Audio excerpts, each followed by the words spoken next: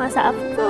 Hari ni jom kita buat kek batik style zaman dulu yang klasik punya. Tiba-tiba teringin pula nak makan. Yang penting kan manisan tu balance je. So mula kita ambil satu paket biskut Mary dan kita patahkan ke semua biskut. Lepas tu kita boleh ketepikan dia. Ambilkan satu biji telur, kita pecahkan ke dalam mangkuk. Lepas tu kita masukkan susu cair.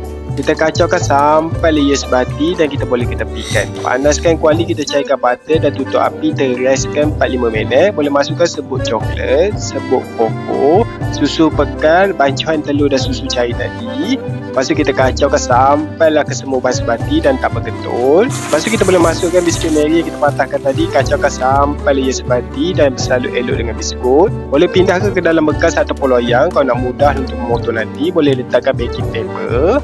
Lepas tu kita boleh tekankan dan mampatkan kek batik kita dah siap semua. Boleh masuk ke dalam peti dan biarkan untuk seketika. Kalau nak selap lagi, biarkan dia semalaman. Lepas tu kita boleh keluarkan kek batik dari bekas dan kita boleh potong dan siaplah untuk dihidangkan. Tengok kek batik ni teringat pula zaman dulu mak kita buat untuk kita. Kek batik ni memang kena dengan tekak saya, tak manis sangat, memang balance je rasa dia. Luar dia masih rangup biskut tu, dalam lembut. Lepas tu ciwi memang sedap, tak tahu dah habis baru. Jom makan.